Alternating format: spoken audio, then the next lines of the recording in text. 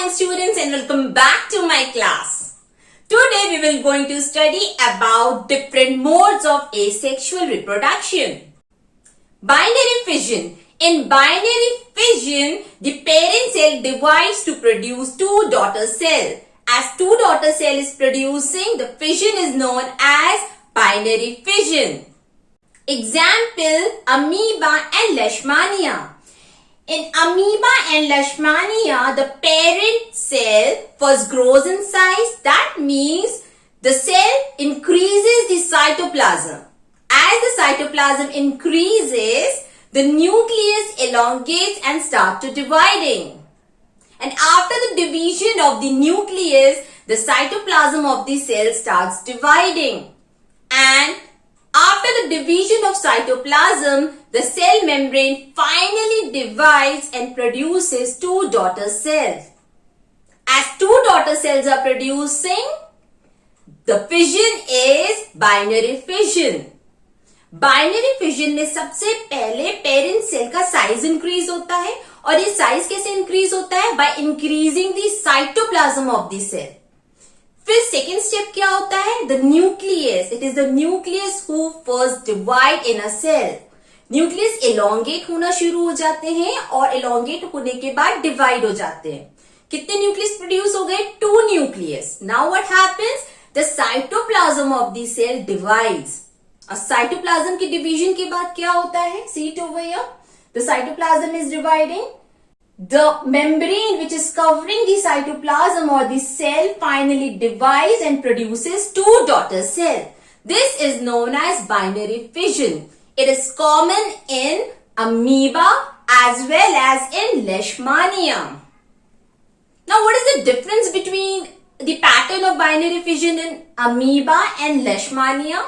Leishmania is also a unicellular organism and is known to cause a disease called Kala Azar.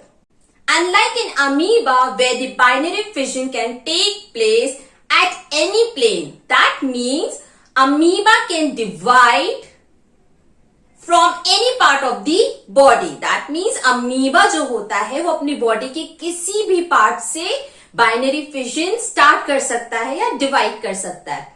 But in leishmania, the binary fission takes place in a definite orientation. That means leishmania में body division या cell division एक definite pattern में होगा और एक particular point से start होगा. See it over here. Can you see? In leishmania, the binary fission start from the bottom of the cell or from the pointed end of the body. Leishmania has a whip-like structure. What do you mean whip-like structure? Flagellar shaped structure or the elongated structure having tapering ends. Leishmania की भी tapering ends होते हैं और यहीं से cell divide होना शुरू होता है और नीचे से ये क्लीवेज ऊपर की तरफ बढ़ता है. That means body division will be from the tapering tip of the body to the upper part. Whereas in amoeba, the binary fission can take place at any plane. वो कहीं से भी अपने बॉडी पार्ट से binary fission start कर सकता है. But लेishmania में ऐसा नहीं होता है. This is the main difference between the pattern of binary fission in amoeba and leishmania. But both amoeba and leishmania produces two daughter cells after the division. The second type of fission is multiple fission. It is another type of asexual reproduction in which the parent cell nucleus divide multiple times to produce many daughter cells. As over here, more than two daughter cells are producing, it is known as multiple fission. For example, Plasmodium. It is a parasite known to cause malaria. See it over here. I have drawn the diagram of Plasmodium. Can you see the cells? These are the daughter cells produced by Plasmodium. The nucleus of the Plasmodium divides multiple times and produces many daughter cells, which remains protected inside a wall called cyst. And when there is a favorable condition, the cyst break and the daughter cells are released. How many types of fission we have studied? Two types. Binary fission, when two daughters are formed. Multiple fission, when more than two daughter cells are formed. Multicellular organism like Hydra uses budding method for reproduction, in which a bud is produced in Hydra which later on develops into a new individual. The bud which is developing on the Hydra remain attached to the parent body until it gets fully mature. And once when the tiny bud develops into a mature Hydra, it detaches from the parent body and becomes a new individual. So this was budding in Hydra. Budding is a type of asexual reproduction in which a small bulb-like projection called bud grows out from the parent cell, and when this bud gets mature, detached from the parent cell and grows into a new individual. Yeast is a unicellular organism which reproduces by budding. Let us see how. The first cell is a parent cell. Can you see a small bulb-like projection growing out from the parent cell? This bulb-like projection is called bud. After the formation of bud, the nucleus of the parent cell divides into two. The one nucleus moves in the bud, and after the maturation of this bud, it detaches from the parent body and develops into a new yeast cell. Can you see it over here? This is the parent yeast cell and this is the newly yeast cell formed by budding. Children, in yeast, budding is so fast that oftenly the first bud formed do not detach from the parent cell and start forming its own buds, resulting in the formation of long chain. And when the yeast cell in the chain matures, they detach from the parent cell and becomes new yeast cells. Can you see this one? Because this is the parent cell. The parent cell has produced two buds, and these buds, even before detaching from the parent cell, they have started forming their own buds. आपने देखा बेटा यहाँ पे एक parent yeast cell है जिससे ये birds produce हुए हैं और ये birds डिटैच होने से पहले ही अपने birds फॉर्म करना शुरू कर दिए हैं. And when this happens, it results in the formation of long chain. Can you see? This is a long chain of yeast cell. And when these cells mature, they detach from the parent cell and becomes new yeast cells. Fragmentation is a type of asexual reproduction in which the mature body of an organism breaks into pieces, and each piece or fragment develops into a new individual. Take an example of Spirogyra. This is the body of a mature Spirogyra, which after fragmentation produces 4 pieces, and each piece develops into a new Spirogyra. This type of reproduction in which new individual is formed from the broken piece of the parent body is called fragmentation. Spore formation is a type of asexual reproduction in which an organism reproduces by producing spores. For example, Rhizopus, also known as bread mold, which generally grows on rotten bread. The second example is fern. Now let us study about the structure of Rhizopus. Can you see this root-like structure over here, children? This is known as hyphae. Hyphae keeps the Rhizopus body attached to the surface of the bread. The long stalk is known as stem.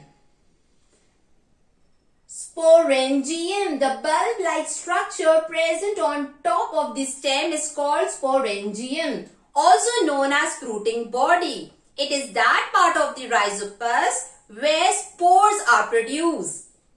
Just because of this, sporangium is also known as fruiting body. The spores produced inside the sporangium is protected by a special wall called spore case. And when the spore case or sporangiums comes into contact with any moist surface, the spore case or the wall breaks and releases the spore in the air. Sporangium rhizopus का वो part होता है जहां पे spores produce होते हैं और ये स्पोर्स जो प्रोड्यूस होते हैं स्पोरेंजियम के अंदर वो स्पेशली प्रोटेक्टेड होते हैं by a special wall covering called spore case. और जैसे ही स्पोरेंजियम किसी भी मॉइस्ट सरफेस के या ह्यूमिड सरफेस से कांटेक्ट में आता है तो ये वॉल ब्रेक हो जाती है और इसके अंदर के जो स्पोर्स प्रेजेंट होते हैं वो एयर में रिलीज हो जाते हैं। This is how spore formation take place in rhizopus. Plant like fern reproduces by forming spores and the fruiting body or sporangium is present on the lower surface of the leaf. As the leaf over here is bearing sporangium, so they are known as frond, or we can say that the leaves of fern are called frond and the lower surface of the leaf bears fruiting body called sporangium where the spores are produced. You see it over here, pink circles over here children? These are sporangium, the place where spores are produced, and the cluster of sporangium is known as sori. Regeneration. In some simple multicellular organism like planaria, if cut into pieces, each piece later develops into a new individual or new planaria. This is known as regeneration. Regeneration is carried by special cells called regenerative cells. These cells rapidly divide and forms the mass of cells. This mass of cells, after undergoing some changes or modification, forms the lost part of the body. The modification of these cells or changes in these cells take place in a sequence manner and is referred to as development. बेटा अगर Planaria को बहुत सारे pieces में cut किया जाए तो हर एक पीस एक न्यू प्लानेरिया में डेवलप हो जाता है। कैसे होता है? क्योंकि बेटा इनके पास स्पेशल सेल्स होते हैं जिनको हम बोलते हैं रीजेनरेटिव सेल। ये रीजेनरेटिव सेल क्या करते हैं बेटा? रीजेनरेटिव मीन्स रीजेनरेट करना, दोबारा बनाना। तो जो भी प्लानेरिया का लॉस पार्ट होता है उसे दोबारा रीजेनरेट कर लेते हैं। Okay, just because of this it is known as regeneration. Each cut piece of the planaria regenerate the lost part with the help of regenerative cells and new planarias are developed. And after developing the lost part, they becomes a new individual. Now let us see the second example, that is Hydra. One point to remember children, Hydra reproduces by budding. Okay children, there is a condition applied when Hydra regenerate. See it over here. When Hydra body accidentally get broken up into pieces, then each piece of Hydra develops into a new Hydra. How? Same with the regenerative cells. See over here, Hydra body accidentally got broken into two pieces. Now what will happen? The head of the Hydra will produce the foot part of the Hydra with the help of regenerative cell. Similarly, the bottom part or the foot part of the Hydra with the help of regenerative cell produce the head part of the body. This is how regeneration take place in Hydra. Children, don't get confused between fragmentation and regeneration. Both are different. First, difference. Fragmentation take place in a mature organism or mature body, whereas it is not a condition in regeneration. Fragmentation में mature body fragments में break होती है, जबकि regeneration में ऐसा कुछ नहीं होता है. Okay children, it is not compulsory that only the mature body will going to undergo regeneration. Second difference, fragmentation occurs by the internal agent, not by an external agent. Fragmentation internally होता है बेटा, whereas regeneration external agent की वजह से होता है. Accidentally अगर body break होती है, स्प्लिट होती है या कट होती है, तब रीजनरेशन होता है. ओके चिल्ड्रन, फ्रैगमेंटेशन रिप्रोडक्शन के लिए किया जाता है, where as regeneration is done to develop the lost part of the body. In regeneration special cells called regenerative cells are involved, whereas in fragmentation there are no special cells involved. Okay, so these were the three main difference between fragmentation and regeneration. Some other example of regeneration are, first, the tail of lizard. I hope you all know this thing.